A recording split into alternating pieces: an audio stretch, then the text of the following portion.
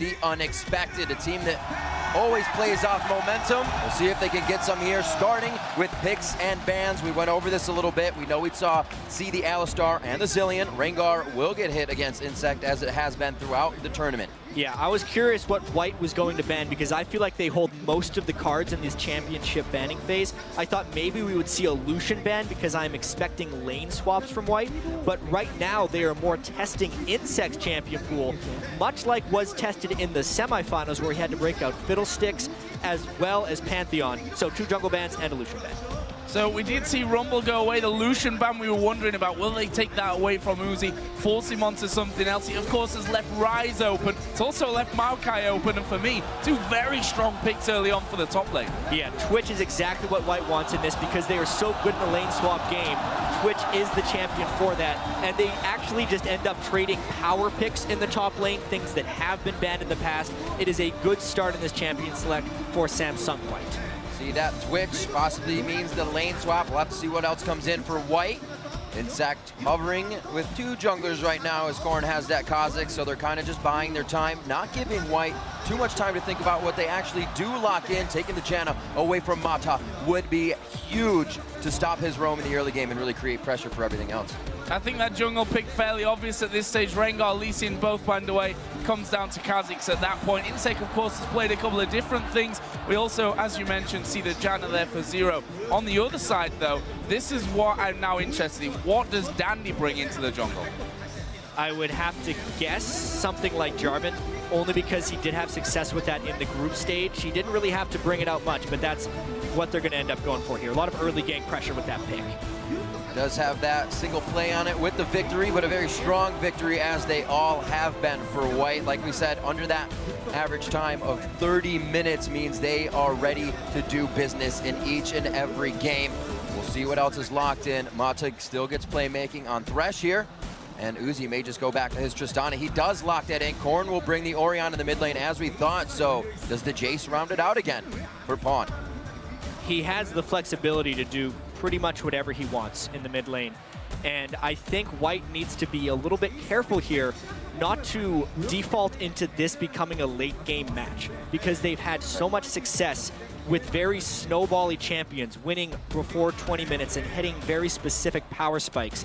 I think Jayce is the right pick for them here, because I think he'll be able to farm very well against Corrin, and then they can set up their poke siege, but they do not want to pick a late game combo. Yeah, I mean, Jayce for Pawn has been such a star pick for him. 3 games played, 3 games won, 18-3-32, giving him over a 16 KDA in those 3 games. That is a massive deal coming into this one. Corrin, of course, his big champion these World Championships has been Orianna, but we'll see how we can handle Pawn, because that's a big factor in this. Yeah, in all actuality, the picks that Starhorn Royal Club have here are actually quite good picks for them. They're all champions that they have seen a lot of success on. Uzi played that Tristan game 5 of the quarterfinals to really secure the victory. You know, they have a good late game core there. They're really just going to have to worry about the early game onslaught that Samsung White has been able to bring on their opponents and keeping up if we see a lane swap. It's been crazy what White has brought to this tournament. Aggression, pretty much without preparation. You just find them in your face, and that continues to happen. They win the game practically before it's over, if you could actually say that. They have such a gold lead. It was 6,000 at 6 minutes on blue, and then even more at 10 minutes to about 20,000. It just multiplies so fast for them. And we'll have to see if Starhorn can actually match that aggression in the early game. And it's very interesting when we're talking about early game. We don't have much of a big pool to look at how Samsung White lose. Only 1 game in these World Championships. Yeah. It happened when TSM dominated the lane game and snowballed off it. Can Royal Club do that? We'll find out. We will find out. The teams are loading in, and the first World Championship game is about to go live. Who do you think will win? Start sharing your predictions on Twitter by sending either hashtag SHRWin or SSWWin to @LOLesports, and we'll check in throughout the series to see where the fan vote stands. I'm sure it's going to be going back and forth, but Starhorn, they got a pretty good chunk of it. There are believers, but the stats, they almost say different. So here we go then into game number 1 of the 2014 World Championship Final. Starhorn Royal Club on the blue side taking on Samsung White on the red for this first game. what is going to happen? We talk about level 1. White have done really well at level 1 before. And the biggest thing to take away from Samsung White's level 1 is how quickly they can draw conclusions off the smallest of hints. If they see a defensive ward early in the top lane, they generally think the team's going for standard lanes. If it's a more offensive ward, they're expecting a lane swap. Here, they have a ward to prone for the invade, and now we need to see how White reacts. They've had some incredibly effective level 1s, 3-buffing multiple people, taking 3 buffs at level 1, but they've also had a few minor hiccups because they do get so aggressive. But they absolutely have the upper hand here because they have absolute vision on Royal Club in the jungle. A pincer to be had right now. 2 wards, or at least a ward laid down. One's in mid. They see that Pawn could start closing up, and they're going to start coming around. This would be the exit path here for Royal Club. They're going to try to hit up for Pawn. They said, where did he go? Oh my God. Rush vision with the ball. Command move there. Uzi takes that jump first. Rocket jump is going to be down. Pawn goes in. He gets knocked out. That's the room prison to him. Zero's the first one. Zero's ignited, and that goes to Dandy to start off a lot of jungle aggression in the game.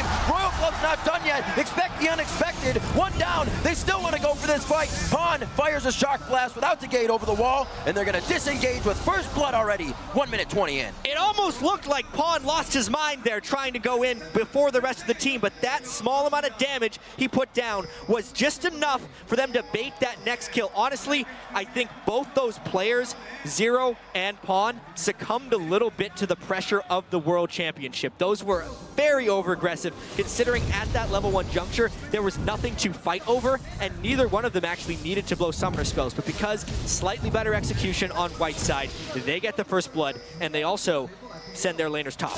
Well, the hectic start that we were looking for happens here in game number 1. See there, Dandy and Looper starting things off on their blue buff, as has happened with the jungler and top laner over the other side. Gives us, though, that 2 versus 2 top lane. Janna Tristana against Twitch and Thresh. What do we think to this one, Jack?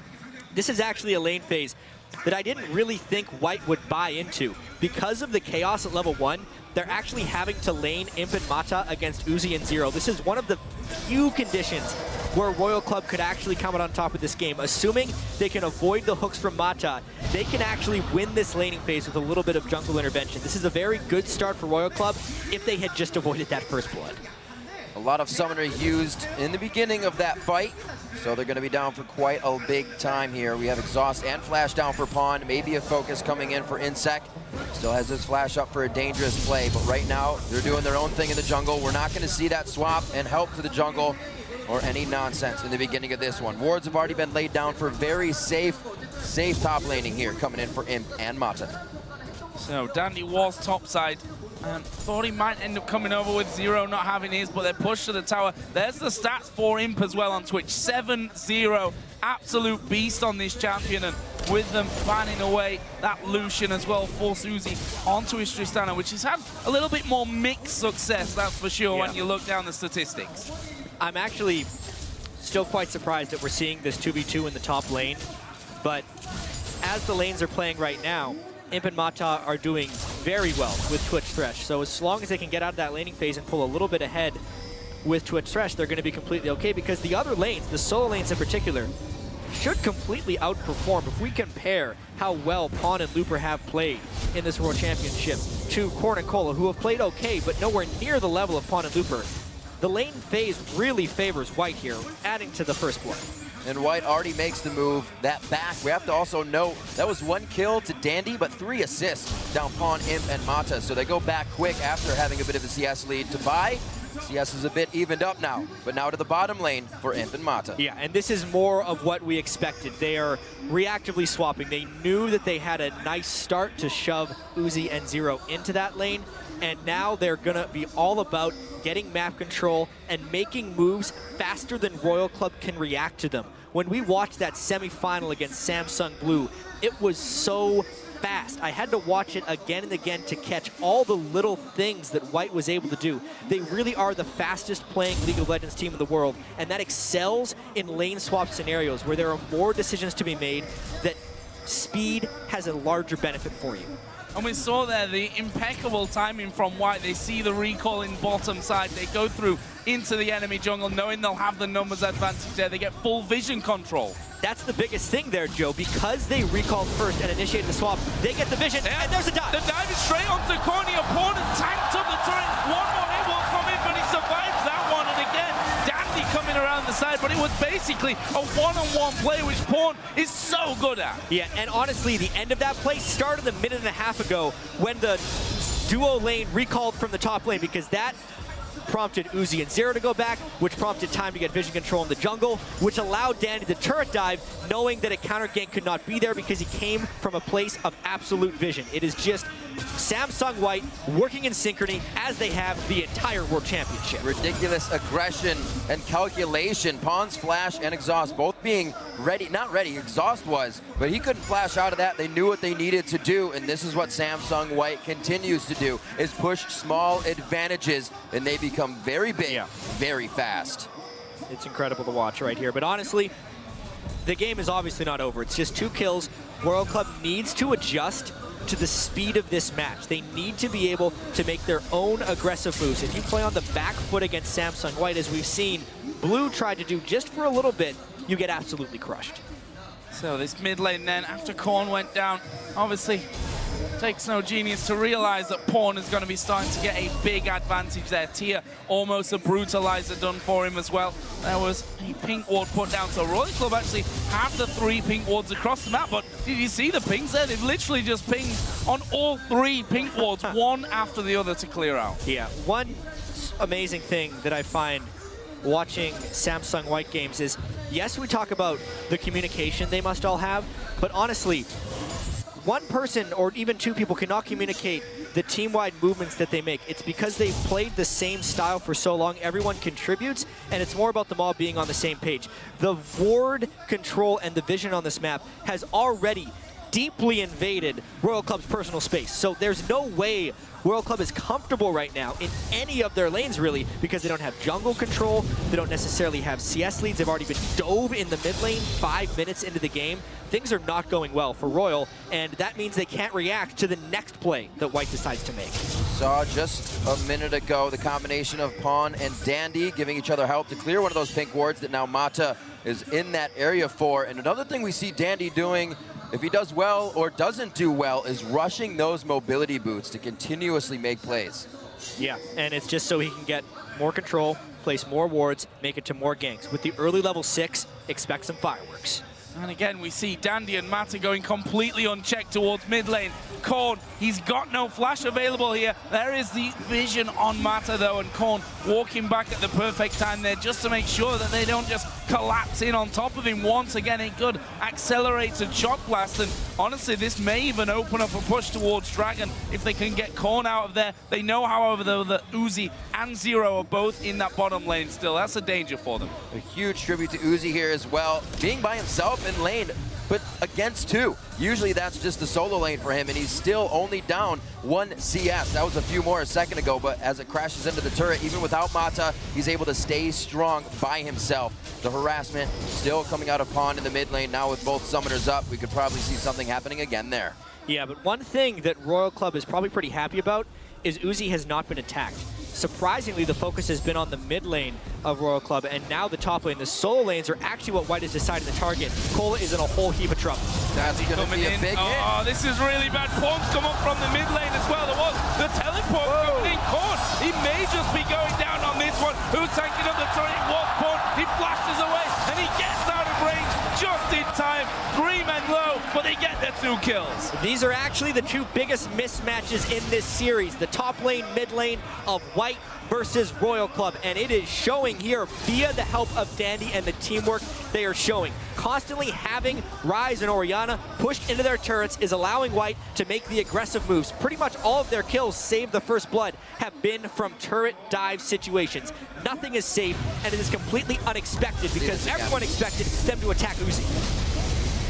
Seeing this one again, it was just Cola dying at the right time, and then just really great exhaust use to make sure the shockwave couldn't finish them off, and turret dancing right there. Each one of those guys, if they take 1 extra turret shot, would have fell, but it's still flawless thus far, 4 kills to 0. Royal Club still not giving up here. They're trying to make plays on top of being behind. It's only 2K right now, but Dragon looks like he could be on the horizon, very much so. for Samsung White, and that's going to catapult them even more into the lead. Pawn starts building up the Brutalizer. It'll be a Last Whisper next as he gets that damage going. The tier already stacking in that sense, and Looper's almost finishing that Rod of Ages to charge up as well. The wards to be cleared out here. It looks like they know they'll have the control to start on this dragon quite soon. Yeah, the one thing that Royal Club can hope for here is a messed up dragon by White where they take a little bit too much damage, and if Corn can somehow land a nice shockwave in there. But the pressure is just ever relenting. They can't focus on anything because everything is getting pressured. Well, one thing that we didn't touch on too much is the fact that Corn went with that teleport there in the mid lane, something that you've just got to make plays on. I mean, if you don't take the ignite in there, a heal in there, even a barrier in there, whatever, you still have to make use of this teleport, and so far he's made a use of it once. He went to the top lane too late, ended up dying. They get 2 kills from that. We'll see what that teleport really turns into a little bit later on, and you can see that Pawn moving up already. Saw already though that Kohler was walking back and realized he's probably on top of a ward there. And in theory, having double teleport on your solo laners can also help out your bottom lane even more because you can collapse your entire team there in an instant. It'll also help you catch up if the other team rotates faster than you. But even with the catch-up mechanics, they didn't have enough raw power to take down Samsung White as they were diving their turrets. I'm actually very impressed, once again, with Samsung White's focus in this game, actually attacking Cola and Corn and leaving Uzi to his devices, knowing that he's on Trist, knowing that that won't become scary until very late in the game, and focusing on not letting it get to that point. We see this numerous times from White. They know they're so far ahead. They say, if you want it, we'll force you into a fight. We could probably ace as well, but Royal Club knows they need to stay off this one, continue to farm. inSec is 63 to 46, but he doesn't have the 3 kills and an assist that Dandy has, so he still needs to get himself built up here, only with the Lizard Elder. That puts the gold at about 3,000 up, 4-0 here. Still waiting for Uzi to make a lot of plays. Like we said, expect the unexpected. We've seen him jump into fights to start them. There's 0 on the backside still. This is a statistic that we heard earlier on the analyst desk, that if you look at their gold at 10 and then at 20, there's a massive jump up that's not just a similar double, because they go in that phase of the game straight into objective control and really bring that early lead into a massive mid-game lead, which is then so difficult to get away from. Currently, if we look down some of these lanes, some of the items that have been built up as inSec just waits there to maybe get involved in the bottom lane. Jayce is the one that you have to look to. Pawn 103, Brutalizer, Pickaxe, and that tier already stacking for a good while now already. Yeah, it's a 371 of 750 already at 13 minutes in this match. Plus, he's sitting on over 1,500 gold. They're using that acceleration gate and the boots of mobility to just completely outmaneuver Royal Club. The mid lane has been devastated, which is allowing Pawn absolute freedom on this map. I mean, they're actually beyond the ward line of Royal Club right now. They warded the lane in the river, and they're inside the jungle, which isn't giving anyone anywhere to go. Just about everybody on White has freedom of the map right now, are still placing deep wards in towards the Wolves. And it looks like Uzi's going to do what they can with 0 here to push this top lane as fast as possible. Try to return a turret back, get some objective gold in. But they're already going to be stopped, and this could be a play if decides not to come out of stealth with the aggression, but just to hold them off from getting the turret.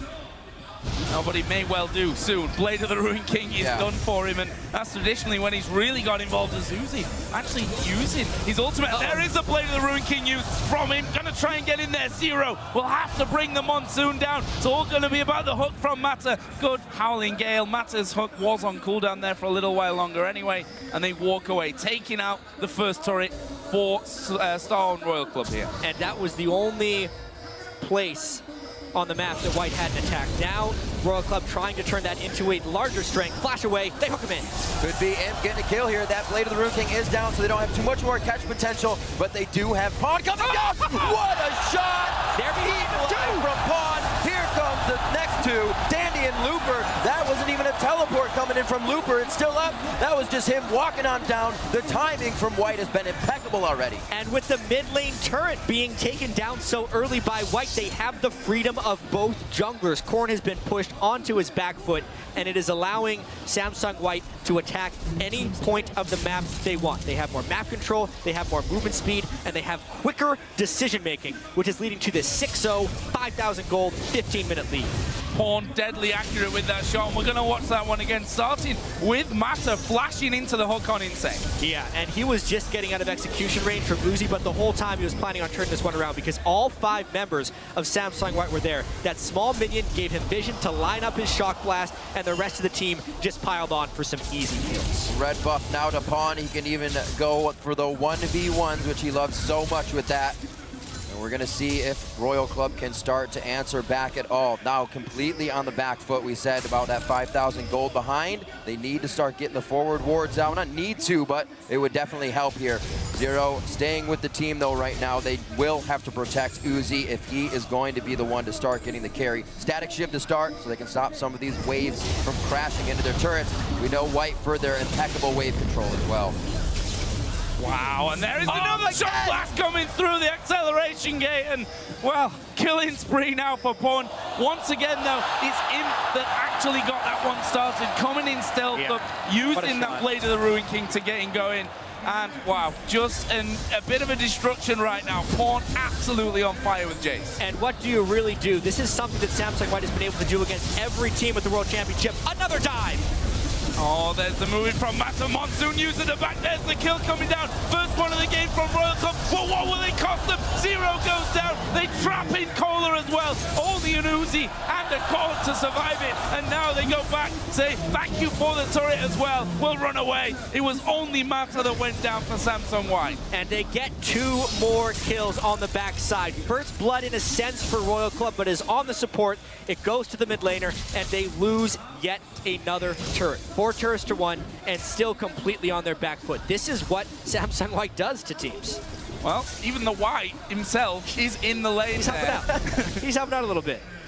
It's what we've seen from White throughout all of their games from the tournaments is this skirmish team that also has that pick potential to come in and just keep eating people alive. We see it here from both sides. They create another pincer. And this could have been a whole lot more worse if Dandy didn't get Shockwave out of his EQ combo. That slowed down the initiation from Samsung White, but you can see it's just a full pylon. They are very tanky and very willing to all go in on the same page. It's at 15 minutes. A lot of the old criticisms against Samsung White were the fact that they would get over-aggressive in games. They would become overconfident. They're playing with a whole bunch of confidence now, but it's merited because they're picking champions that better fit that style. Jayce is strong right now and will continue to be strong. It's not like they're making moves before they are powerful, and that's why it's working so well. And it's incredible because we saw with 4 of these members that confidence was what actually really kicked them out of the tournament last year. They got too overconfident, and they didn't really respect the power of other teams. They've seemed to be able to level that confidence out and use it to just keep going forward, keep pressuring aggression, here more ward control to come in, and they're gonna have no problem, an uncontested drag. While we're on the confidence topic, I mean, the way that Samsung White have got to this final makes it harder for whoever would have met them, because you just look at their games and you say, how in God's name do we beat these teams? They look so incredibly good. They're making very rare mistakes. Yes, you'll find 1 or 2 in each game, but not usually things that you can just jump on and say we can snowball the game from that point. Yeah, and I think there is a distinct difference between aggression and speed. Samsung White just plays fast. Yes, they are aggressive, but it is all very calculated. They see one ward on the other side of the map, and that will mean they can make a play completely elsewhere. We've seen that time and again in this game. They are always having more people faster than Royal Club has. They pick boots of mobility up as quickly as possible on their jungler. I mean, Dandy had those at 5 minutes into the match. inSec is still yet to complete his, because at the moment, Royal Club can't keep up, so they're just trying to become as powerful as possible in very small corridors in the hopes of a brawl. But White isn't really letting them brawl. They're picking the fights when they want. That was a little crazy, though. Mata gets himself into a dangerous spot, but do they want to fight? Looper's already there, knocks inSec away, and he makes sure Uzi cannot return. That's the buster shot onto Looper, and they've hardly taken any damage as they take over control now of the bottom jungle. We saw two of the, I don't even remember the name now. Scrying orbs, there it is, had to be up on the map. so they can get into the jungle right now. But you don't have ward control. They can't have ward control. Another hook from Mata. It's going to be everything that they need on Nicola, who would hopefully carry the game on Ryze, or it was going to be Korn coming out onto Ori. He also goes down, and Pawn is going to be the one to pick that one up, and the turret for the team. Double blue buffs on people running into the inhibitor. Yeah, that's the chaos. They're not done yet. They keep going on this one. Uzi almost getting caught up there, but they forced them off the inhibitor turret, which was the aim of this. 20 minutes into the game, the first inhibitor turret goes down. The first inhibitor will surely follow as well. Impact's getting a little low, but I'm not sure that they're done with this one. Looper went aggressive onto Uzi. The inhibitor does finally go down. Pawn will finish that, and they walk away, taking almost more kills there, but they get the first inhib at just over 20 minutes in. And this is the start that Royal Club really hoped wouldn't happen. Uzi in particular as well. He is the only player in League of Legends history to play now in 2 World Finals. And he got 3-0'd last year. It's not looking good early on, but just taking a look at this dive, the presence of mind here, first they get the hook. Watch Pawn flash the shockwave as well. With all the chaos going on, the exhausts, the turret going down, the Janna ultimate, everyone flying everywhere, he sees the shockwave, flashes it almost immediately. Looper doesn't care because he's too much of a tank. They continue the dive, they have the presence of mind to finish the turret. Everyone is just on the same page with this huge lane, playing confidently, but the calmness that they are showing. Look at Pawn. He's got this expressionless face at the moment in front of 40,000 people in this stadium, and they're doing whatever they want. And it doesn't look like it's going to end in the bottom lane. They go right to the top on the other side, forcing the flash of Cola, but that was the ult into the flag and drag out of Cataclysm to keep in range and keep the kills coming. We can see into the minds of Starhorn a little bit, whether he wanted to use it or not. In that last fight, Korn did not use his blue elixir. Just too much going on. Samsung White is not stopping. Pedal to the metal now. Baron at 22 minutes. And what a game 1 display this has been from Samsung White. 12,000 gold, about to secure this Baron buff. A small participation award for World Club to maybe get that second turret, but honestly, 13-1 with the Baron buff. This game will not last much longer. And it's hard when you look down the performance in this game, number 1. Dandy, early first blood, doing things like he did there, flag and drag into the enemy jungle to cut them off. Cataclysm, it was flashed instantly, you think, okay, that's over. No, flag and drag straight away, even got the knock up from it as well to keep things going. Mata's hooks so far have been absolutely godlike, and Samsung White, if there was any question as to if they would turn up here in front of this massive audience, they've already been answered. They look incredible. And this is their stage to succeed.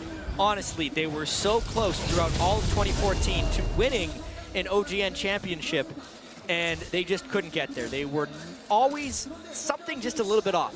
Everything is coming together here, and honestly, they've always been a pretty fast team playing the game, but they haven't necessarily picked the right champions for them. Additionally, this is such a good patch for them, and it's showing through right here. This gold lead is insurmountable pretty much at 23 minutes, and they're just waiting to group up to finish the game. And it's quite easy for White to succeed. Every time they win a fight, they're able to go back and finish another core item. We just saw Uzi finishing a last Whisper after his static shiv. Pretty strung out for gold in that bottom lane. If he's going to be the carry, it's going to be that much harder. He's pretty much done with that build, I think, at this stage. I mean, if you compare that to the Ghost Blade, to that Blade of the Ruin King, obviously Pawn's the one you look at in his items and you say, well, he's just out of control. Black Cleaver, Muramana is done there. He's got a BF sword on top of his last Whisper. This is a Jayce that blows you up. There is him catching Korn out. This could be inhibitor number 2. 14,000 gold lead is absolutely showing. We know White for the lowest games or lowest average time out of groups, highest KDA, and they're showing us how it happens right here. Onto Uzi, Arcane Smash, not a chance to think about it. He goes down from the hands of Pawn. That one misses. Not much more damage coming out, but Korn's still down. Uzi's got 30 seconds. inSec gets caught. There's the Cataclysm. There's the takedown as Dandy gets another one for himself at 5:09. The first Nexus turret in 24 minutes. The second one follows through, and we're already on to game 2. 24 and a half minutes in. The Nexus goes down. Samsung White take game 1. And you have to wonder how Royal Club could come back from that. Because from minute 1, they were defeated. They were spotted in their initial level 1.